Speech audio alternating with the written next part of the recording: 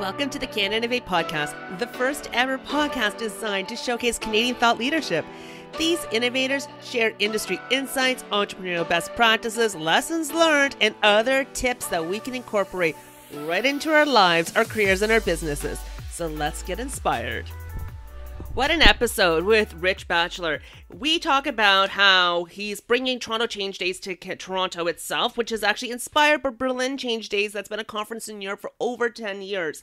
And how he's talking about the big themes about agility, boundaries, and curiosity. He talks about agility in terms of flexibility and the agile mindset.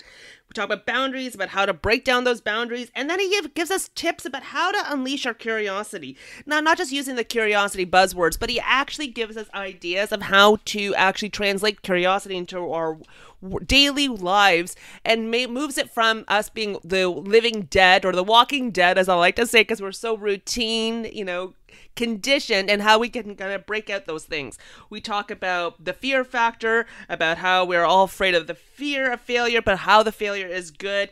We even talk about other pieces about how you can actually, look at organizations and reward people differently, and talk about how we should have a grieving process for when we do embrace change. And he really gives us amazing, innovative tips to actually embrace for our businesses, careers, and our lives. And of course, he's not a boring person. You will hear passion throughout the entire episode. I really can't wait to hear your feedback on this. Cheers. So hey innovators, I'm pretty excited today. I'm talking with Richard Batchelor. He's a longtime friend and someone I've always actually admired. He's been delivering successful change programs for like 25 years. He's always an early adopter, a change thinker, and someone that relishes the challenge of embracing the new. He's a strong believer in following the mantra of his university of do different, and that's exactly what he's been doing. He's far from a traditional. I can attest to this fact. In fact, Richard's even launching Toronto Change Days conference in November 2018, and it's going to be an experience like no other. It's very different than any other conference that may happen in North America.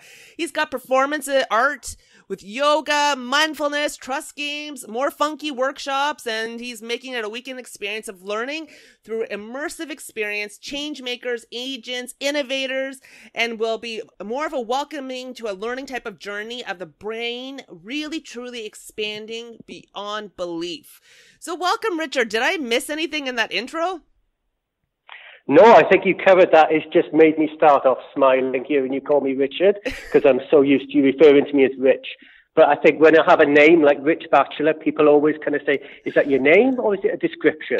And I have to clarify, no, it's just a name. It may be an aspiration for some people, but it's just a name. I love it. Because you know what? There is that show, The Bachelor, right? So they could be thinking that you're advertising that you are the Rich Batchelor. Maybe. Oh, my. So, Richard, we got to get down into this because I am so curious about this Toronto Change Days, because I have always known you to push buttons like there's no tomorrow. Between your Lego, all the other pieces that you do, the music therapy, you've just always been innovative, creative. You've always been changing things like nonstop. So how on earth did this idea about this Toronto Change Days conference and all these components come together? Thanks. Thanks for referencing all of that, because I've always been somebody who is very much into that do different and pick up on anything I can actually do that will just really ignite some spark in people to learn things differently, experience things differently, to understand stuff. And, I've been working in this change space for, as you said, over 25 years, which is kind of scary and good at the same time. And I've seen a lot of things, and I've seen a lot of activities and different ideas going around. But one of the things that really has inspired me over the last few years, there's been something called Berlin Change Days. And Berlin Change Days has been a conference running in Europe for 10 years. It's actually the 10th anniversary this year. And I've been over there, done a number of workshops, one of the many locations I've been to and everything, because, those of people that don't know me or haven't followed anything I've done, I've actually ticked off every naturally habited continent to do activities in. So North, South America, Africa, Australia, all through Asia, Europe. I've been everywhere talking about change because that's what people want to hear me talk about. But I always like to present things in a very different way and get people to actually understand what change means to them and how they're going to take things forward. And, if it wasn't for change, we'd never create or invent anything. So really that connection with the innovation space is something that's been a strong pull for me for a lot of years. And I've always been looking at how I can be innovative in that learning space for people to understand change. So this whole idea of the Change Days conference to come to Toronto this year was really about me looking at how we can get people to have a truly experiential learning activity and event for a weekend, making it over a weekend, which is so different to what you normally have. This is not about corporate entities. This is not about death by PowerPoint experiences. I hate the idea. I go to so many conferences and you sit there and you kind of glaze over after the 10th slide of saying the same thing. And you've got this talking head at the front that's just repeating exactly the same words that you've got on screen. And you're thinking, why am I here? And I want people to have an experience where they come to a conference that is not about asking that question of why am I here? It's a conference that says, oh my God, I'm so glad to be here. This is my people. This is my tribe. This is my experience, my community that I want to learn from. Because this is about people learning from each other. This is really about kind of going into that experience of having lots of different things. And we want people to see analogies, stories, experiences, and particular tools and techniques that they've maybe never come across before. We've got folks that are going to have people spread out on floor doing yoga poses as they learn about the agility of their body as a direct link to the agility of organizations.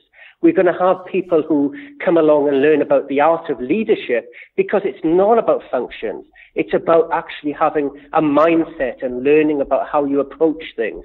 We're going to have people talking about trust and getting people to do trust exercises, but then learning about how do you trust boundaries? How do you actually understand that sometimes boundaries are correct and sometimes boundaries are not correct? And when do you know which is the right and which is the wrong thing? So many great hands-on experiences. I'm so excited about this. You could probably tell. And it's a real passion project for me going through to this and setting this all up. I'm just so excited about it. No, it's amazing. I'm pretty excited about it too, because I get quite a few emails from listeners that are kind of talking about they're kind of bored, not just like at work because, they're doing the same old, and they trying to actually advance in their careers, but they're actually really stuck in their careers too. And they just don't know how to be, create that curiosity and get that energy and really be able to see things in a different way. So this could be a perfect type of place for them to be able to kind of, as you said, experiential and experiment with new types of activities out there.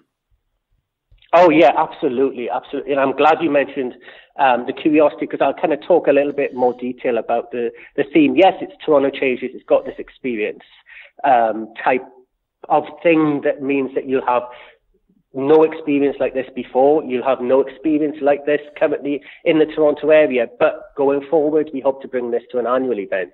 But this year's theme is actually around agility, boundaries, and curiosity.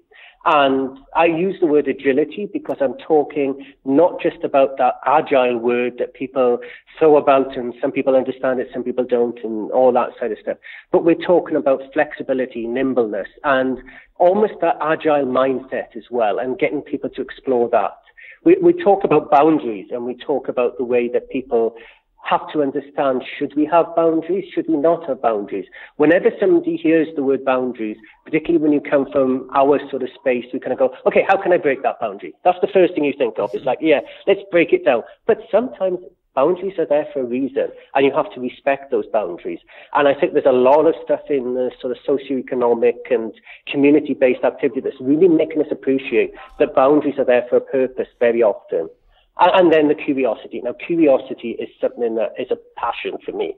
I love the fact that curiosity brings so many new things to the world. Yet it's something that we get so driven out of us so early on in life. You know, you look at people and you look at children, they're curious, the why of the 3-year-old that's asking, why are we doing this? Why are we doing that? What's going on here? What's happening here? And then by the time you get to the teenagers and you go into your first career, what happens? That curiosity is beaten out of you. You're told, no, we don't want you thinking and asking questions. We want you to conform with the rules, get on with things and tell people the way to do things and get that sort of set up. And the corporate world is all about compliance. And I hate it, because if you have compliance, you're not giving people the space to think, to create, to be innovative and develop new ideas. And really the organizations that are being successful in the world these days are those that truly embrace curiosity and truly allow their individual employees and others that are involved with them, even their customers as well, to be innovative and create and allow themselves to question, why am I doing this? Why can't I do it this way? Why can't I do it that way? So not only is it a theme for our actual conference, but the last session, about 2 hours or so on the last Sunday afternoon of the conference, is actually going to be a whole curiosity festival. And we're going to allow people the space to explore the questions and really look at the fact that if you get the right question, the answer is obvious. And jumping to answer the first question that comes to mind is a mistake that so many people and so many organizations make as they fall over and they fail too regularly. So really, you know, curiosity is something I really think we need to get back into the workplace in big time numbers. No, I love that you bring up about the child piece, because my nieces and my nephew, they are hilarious because they're at that age and that demographic, always asking the why to your point. But I have to tell you, they actually give me some of the best advice I could possibly have, because every time I'm like, well, should I do this? And I'm like, well, let's talk about what would you get from this? What does that mean? And the way they look at things from that different type of lens of just curious about every little thing. Like my niece, that's 9 years old. She's so curious about podcasting because I've been doing it that we're talking about, you know, all the books that she reads and stuff. She's like, could we do a podcast about my books? And I'm like, why not? And it's so cute, that curiosity. But you're right. As adults, because of compliance and, you know, we've got metrics and we've got these goals in the work, and it's kind of, it's these enforced kind of boundaries that kind of really don't allow us to really be thinking innovative or differently, or, you know, embracing that curiosity culture. Why do you think a lot of organizations are doing that? Is it because of the whole risk thing? Is that where this is all coming from? Oh, I think there's two things that come down to it. The biggest one for me, I think, is the fear. It's the fear factor. We have a mindset where people are fearful of failure. And the only way they could be confident of actually not failing is to keep doing the same old. Keep on doing the same thing that they know has happened in the past successfully, rather than pushing the boundaries. So they have that fear of failure. Yet failure is one of the best tools that we can have. I wish, you know, it's one of my desires. I wish we could actually go out there to the community and get people to realize that failure is good. Failure is not a problem, because when you fail multiple times, you come up with the best answers. And then I think the other thing that we have, unfortunately, is a lot of the corporate world is driven by that metric, number crunching, financial gain. And it's really about bang for the buck today. So it's that short-term stuff. They want to get as much money coming back into the business today, not looking at what the potential is going forward. And what that means is that they're not willing to take a risk and not willing to take that chance on what might go there and give people space to just be imaginative and creative. You know, there are a few little pockets that I'm starting to see come about.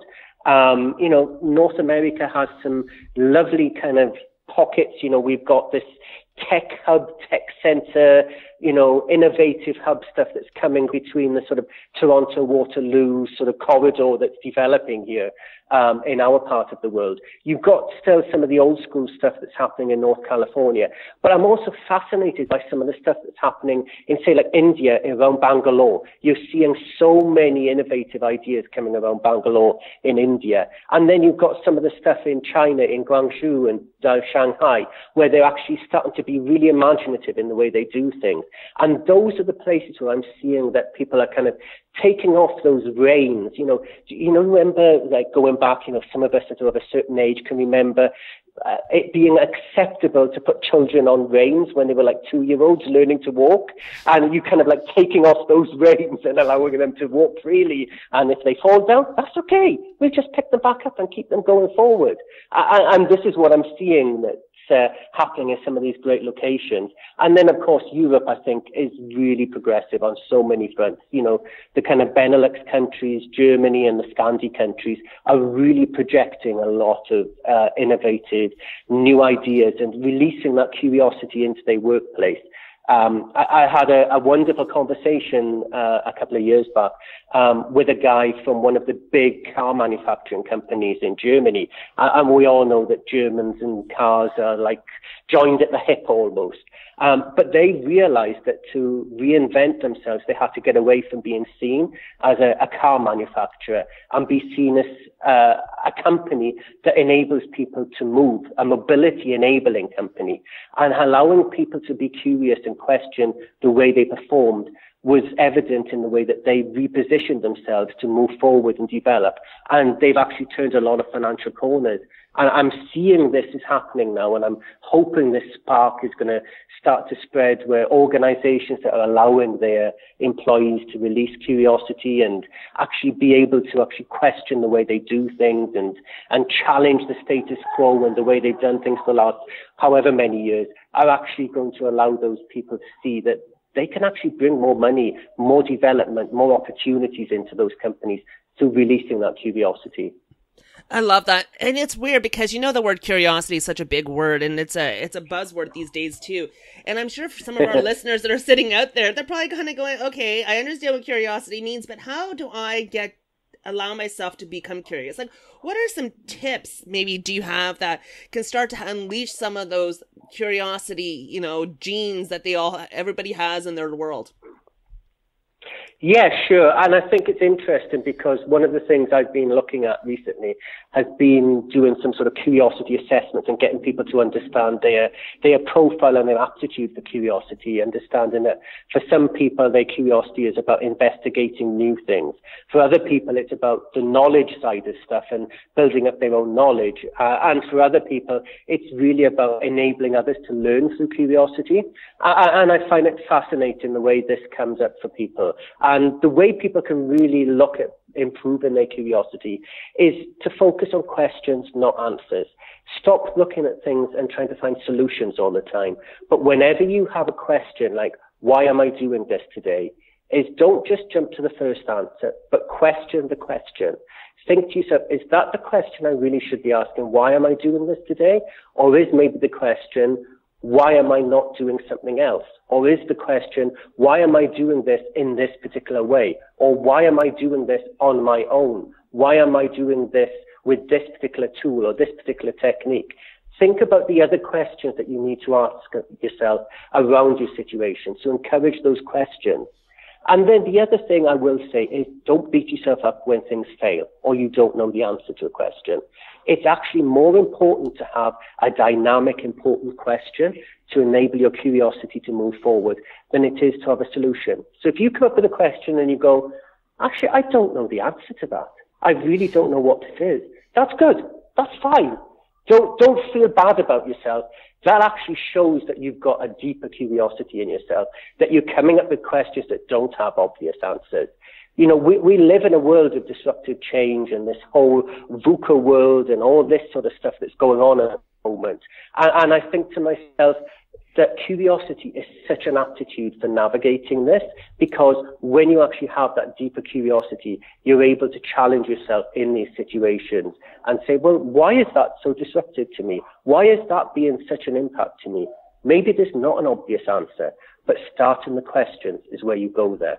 So I really think, you know, think about questions of questions, multi-layered questions. Don't jump to the answers too quickly. And then the other thing is, don't be afraid to fail. If you don't know, it's okay. It's okay to not be okay on these things. That's perfectly fine. Oh, I love that. I love the question, because it's so funny. I actually tell a lot of my clients and, you know, a lot of people I coach that every time you have that word but in your vocabulary, you've already stopped something. So so I asked them to take out the word but for just a couple of days and then to use the word why not. And because that way they can actually start to see things in a different perspective. And I love that idea. Question the question, because you're right. I mean, if we don't question the question, then honestly, we're just doing a routine and we're almost kind of like the Walking Dead, right? And so, right? Because it's just like, so like, hey, I got to do this. And it's just such a routine that's nothing new is happening. Nothing exciting is happening because you haven't allowed that. So I'm with you. I love that. Question the question. Why am I doing this? Yeah, could I do it differently? Yeah, absolutely. Question everything that you do and question every question that comes to mind. And remember, this is what keeps your brain exercised as well. Questions keep your brain exercised, not answered. Oh, I like that. Brain exercise. I'm all about the brain. I've been starting to do meditation to actually exercise my brain differently. So I am loving this. So I love how you mentioned that failure is good. And being that you are literally a global traveler, you've been on world stages, every country I could possibly think of. You have seen tons of things. You've been doing this for 25 years and with organizations, implementing change, getting them to change how they're doing stuff inside of businesses, how people are doing things in their departments as individuals. I mean, you really are the guy that does all these things. So when you say failure is good, is there any kind of amazing lessons learned that you kind of can share your knowledge with us? Oh, wow. I think lessons learned from me, well actually, or aha probably moments? I think actually one of the first things I would say is remember to reflect on every change for lessons learned for the next one. Don't just cut it off and just move on to the next one without reflecting back. But I think an aha moment for me, and it was something that happened very, very early in my career, and that was a realization that organizations don't change, people change. And people make up organizations. So stop focusing on the organization and trying to drive change in the organization. Start trying to drive change with the people. When the people embrace the change, the organization will follow suit, no problem at all. When you try and jump to the organization, the people will push back against you. Do it with them, not to them. Oh, that is really good advice. When people embrace the change, then the organizations change. Ooh. That is big words and a big thought. That is a big thought. Hopefully companies are rewarding people for their change as well. Yeah, I think reward, but I also think you have to look at how people make an emotional connection with the change as well, because we talk about people changing. It's behavioral change. You're asking somebody to do something in a different way, to behave in a different way to what they did previously, and that affects the whole organization and how it goes forward and all those intermingling things that go on forward. But what I think is important, you mentioned the reward stuff, is not to kind of, oh, if you do this, we'll have a pizza party. Yay! That's really so naff. I'm sorry, but those things really irritate me and go that. It's like, oh, we're going to switch on the new technology and everybody's going to have a pizza party to celebrate it. And I'm like, yeah, and that's really going to inspire people to get embracing this forward. Maybe for about 20 minutes. And then once the pizza's all gone, they're like, all right, back to the same old, same old. But one thing actually I will pick up on and mention that you mentioned reward here. One of the big things I'm pushing for is not so much for rewards for embracing the new, but giving people space to reflect on the old. And, I could go into lots of theory and psychology and all this sort of stuff. But when it comes down to it, change is like death. It sounds harsh, but when you let go of something that's happened before that you've been doing, it's like a death. Now, if we have a near and dear one that we lose, unfortunately, due to a death, then we take a period of time to grieve. We have maybe a funeral and a wake and all this sort of stuff. And you've had a relationship with that person maybe for 10, 12, 15 years. Now, often in organizations, people have had that same relationship with the way they do things. It's been the last 15 years they've been doing these things. So rather than spending the money on these pizza parties to celebrate the new, why not put some of that money into a wake and reflect on people that, what you've done for the last 15 years has been really good. It's really worthwhile and it was really beneficial to the organization, the company, the society, the community, whatever it is that you worked in. and really embrace the fact that we are celebrating that we're putting this to bed, we're burying it, we are, whatever you want to say, committing it to history, and we're now going to move forward to something new. So I'm a big push at the moment, and I know of many organizations that have taken this on in the last few years with a lot of success, to have a wake or a funeral for something that they're actually stopping doing and celebrate the success of why they did that and how well it was for the period of time. And that will allow people to move on and embrace the new thing a lot more successfully. I love that. It's actually funny that you say that, because actually one of my clients, this is a couple of years ago, they, in one of the call centers, because we had just implemented a system, and they actually did do something like that. They, each employee in the call center actually created a tombstone for the old system, and they talked about what it was that the connections they had with it. Most of it was the grievances of things that are going to be happy to let go. And, the bloopers that they've had, and, some of those good times or whatever. But they did do that. They actually each created a tombstone for that old system. And I thought that was actually really hilarious. But so, yes, now. Totally amazing. I love that idea of the tombstone. And one of my kind of stories I often bring up whenever I do any educational things on change is the fact that one of the projects I worked on many, many moons ago involved moving from paper records to digital record filing. And long story short, people didn't embrace it so well until we actually had a funeral for it.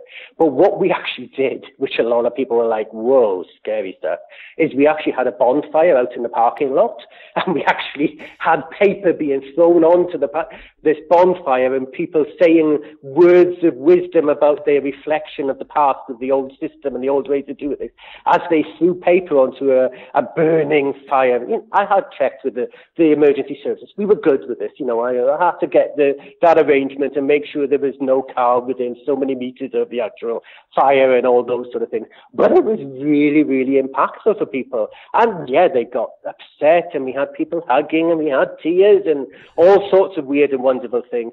But we also had closure. And that was so important for these people, because then they went in with much more freedom to the new things and really embraced that new technology. Oh, that's amazing. I love this. I love it. So tell me something. Do you have any other advice you provide to our aspiring or budding innovators out there around the world? Oh, what else can I give you, folks? I've already talked about the curiosity side of things, but I think beyond curiosity, there's this element of taking a chance, taking a risk, and not being afraid to take a risk, and go forward with an idea and develop things and ideas. And that brings me into one of the things that I love doing that you mentioned very, very briefly at the very beginning of my intro, which is Lego.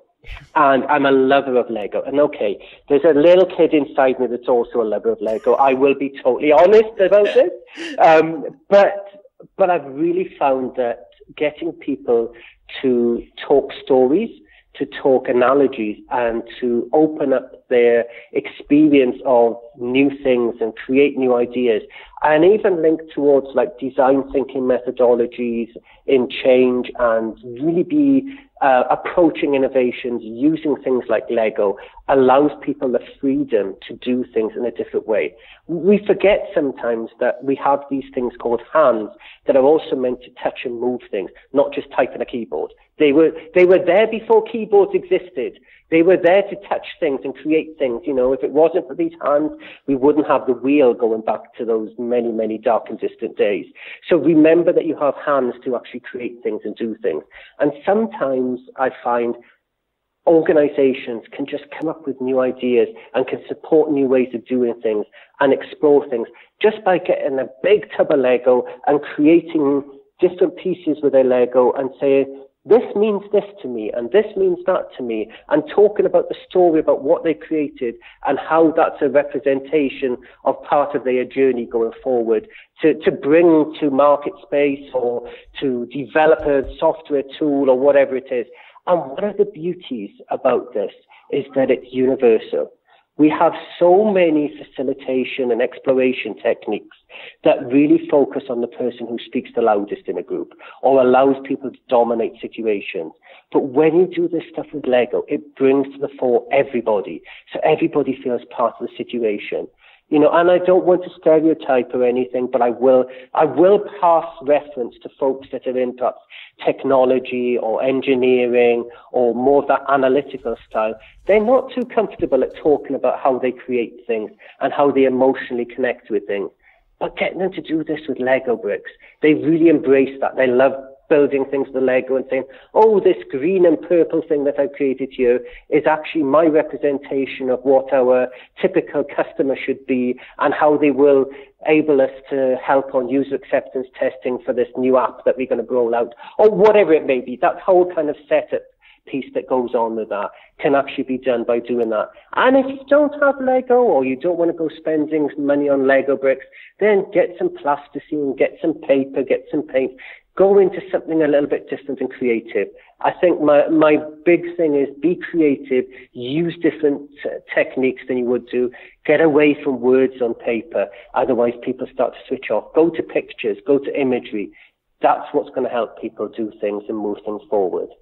Oh, that's brilliant. I like that. I like that. So you've got this consulting practice, you're a worldwide speaker and traveler, you put on this conference. How on earth are you balancing it all? Like, is there a popular productivity tool that allows you to, that's kind of like your magic secret sauce? Trello. Trello is my god. I will say this now. So my instinct is not to be organized. I readily admit this to people who ask me. So I need things to organize me for myself. And I am a big lover of Trello because I just throw up. I've got more Trello boards than I care to count sometimes, which is also kind of scary. But it enables me to get prompted on when I need to do things, what needs to be happening, what order I'm doing stuff in. It just is a really, really cool tool. There's lots of other tools that I use. I think it was Saturday or Friday just gone that I actually sat and I was organizing my phone and I realized, oh my God, I've got 6 pages of apps on my phone these days. I'm like, am I going to stop soon? Because I'm just a bit of an app addict. Oh, that might help me. Quick, pull it down and see what I could do with it. So I've got lots of other things, but Trello is probably my god at the moment for organizing myself and helping me manage everything that's going on. Oh, I love that. I love that. I love how you say that organization is not the first thing that's in my brain. It's not. I'm very self-aware on this. I know what my faults are, and organization is not one of the best things. Whenever I speak at conferences all over the place, I always make the reference to the fact that, yes, I have a PowerPoint, but that PowerPoint is my project plan to make sure I stick to time and organize myself as I say things. Otherwise, you'd be telling me to shut up because I'd be just going off in tangents all over the place. So. I like that. That's adorable. So is there kind of a book or a podcast or a video or anything that kind of resonates with you that you think that others may kind of really benefit from? So one of the things I had a recent experience with, I was speaking at a conference in India back in February, Spark the Change India stuff, and one of the guys there had written a book on business agility. And, this book on business agility, I've been curious about what that means because I heard the agile words, and I've been coming to terms with this over the last few years with what agile means to me and how I can integrate this. And this book was actually Directing the Agile Organization by Evan Laybourne. And I can give you information afterwards. You can put a link to this on the web page later. But this is really something that I think resonated with me so much. I traveled back by plane from Mumbai via London to Toronto, and I read this book from cover to cover. And it's the first time I can say in about probably 15 years or more that I've read a book non-stop from cover to cover. So it really resonated with me, and I could relate to this whole idea that agile organizations are not the same as agile project management.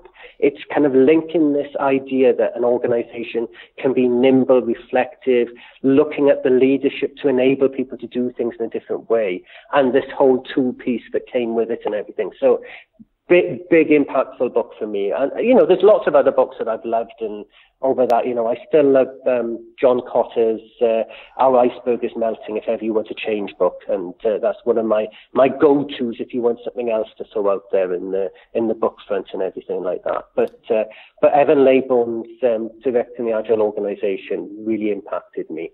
Wow, that's amazing. I might have to pick that up myself then. That's a neat concept. Agile organizations are not the same as agile project management. That's a value bomb that most people probably didn't expect to hear today. It was something that really has been bugging the hell out of me for the last few years, where people say, "Oh, I'm an agile organization, so what does that mean to you?" "Oh, it means we do agile project management." But how is that the organization being agile if it's just one of the things you do in it? And kind of having this frustration. And for me, anybody who knows me, and you know me as well, if somebody challenges me with something, I'm going to dig and dig and dig and dig until I get to the answer. So I needed to do this. Oh, that's hilarious. That's hilarious. Now, I love learning from successful people. And you're somebody I've actually admired for quite some time, because you've always pull out different magic beanbag. I don't know how you do it. You just come up with crazy things all the time, and they're just awesome. And it's just really, really fun. So do you kind of have some sort of personal habit that helps you stay productive? Like, I'm starting to learn how to meditate thanks to Muse. But is there something that you do that to kind of keep you on track? Yeah, well, actually, I'm quite a big proponent for mindfulness and meditation myself, and so one of the things that I do that helps me refocus with that mindfulness is I'm a big transit unit. It's part of my green credentials and all the rest of it and everything. But I've actually taken to using transit time to do momentary meditations and really maximize the way of recharging my batteries personally doing that. And as part of that, it enables me to come into work in the morning after I've been traveling on transit, feeling recharged and ready for the day ahead, rather than coming in with that sluggish, where's the caffeine moment that you need to get some coffee inside you. Now, I'm totally aware of the fact that I do still need my coffee before I actually leave the house, but I'm bringing these things into the equation and that sort of side of things. And then the other thing I would say as well is that for me personally, I've had a reflection in terms of what I think are my own personal targets and deliverables of when I need to do something don't always match with when others expect me to do things. And being a little bit more realistic and saying, just because I would like to do something by a week next Tuesday doesn't mean that the person on the receiving end needs it by a week next Tuesday. They may be happy to have a little bit longer to do these things. And having that sort of momentary reconciliation on timekeeping and managing expectations so that what I deliver meets the expectations of the recipient, not my own personal beat myself on the back type expectations, is really being helpful for me to have that sort of self-awareness and come to terms with myself. Oh, wow. Okay, that was so deep that was too deep. But I still love that one of your personal habits is coffee. Oh, yeah. I can't get away with the coffee. I need my caffeine. I'm pretty good on everything else, and even over the last sort of 3 or 4 years, I've upped the ante with gym time and physical exercise and things like that, so that the idea of fit body follows fit brain and all this sort of stuff. But I think there's also something to do with age as well that comes in. You start to have those moments as you get older and go, yeah, I better start looking after myself a bit more these days. But I think, the meditation stuff and the self-reflection piece on expectations is really important to me. Ah, wonderful. Now, is there a favorite Canadian hotspot, delight, hideaway that you recommend? So it's interesting you mention this because, this accent kind of gives it away that, Canada is not my first home in the world. Even though I'm proud to be a Canadian citizen now and, my origins are from the UK and I'm a world citizen in so many ways. I do love the fact that in Canada there's so many great places you can escape to, and getting out to somewhere where it's a little bit different and go to like lots of little towns that have kind of unique histories and things like that.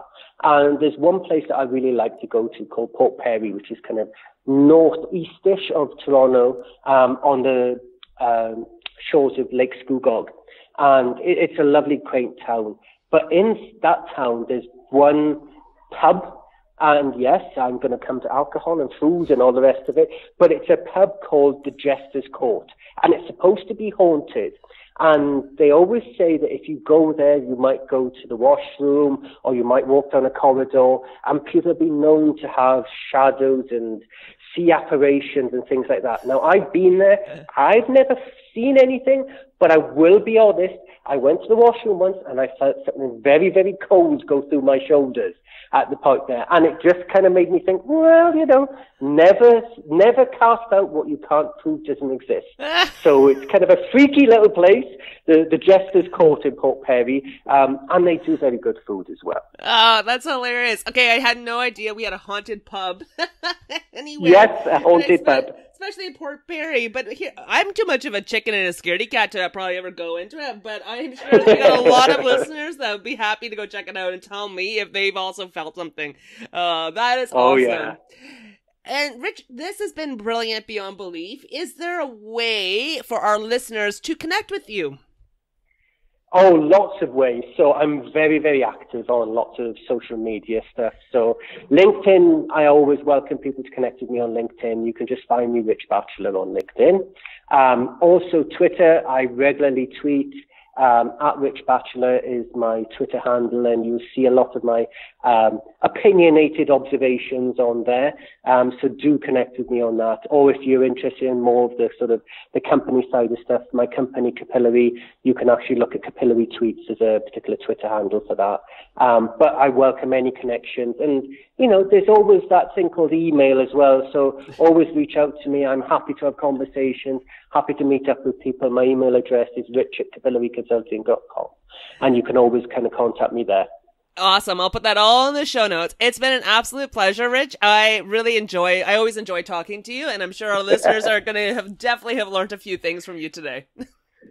Awesome. Thank you for having me. It's been a pleasure catching up and having a great conversation with you too. Cheers. Thanks. Thanks for tuning in this week. I hope you enjoyed this episode as much as I did. And next week I got another really fun episode. You'll be surprised at the topics we're going to cover. But anyways, in the meantime, you don't have to wait till next week to connect with us. You can connect with us always on all the different social media links. You can even send us a review. That's another great place to give feedback. And of course, our new newsletter that has tons of new golden nuggets and of course discounts galore. Actually, our tools section of the website also have it. And please feel free to nominate another innovator out there. And I can't wait to talk to you next week.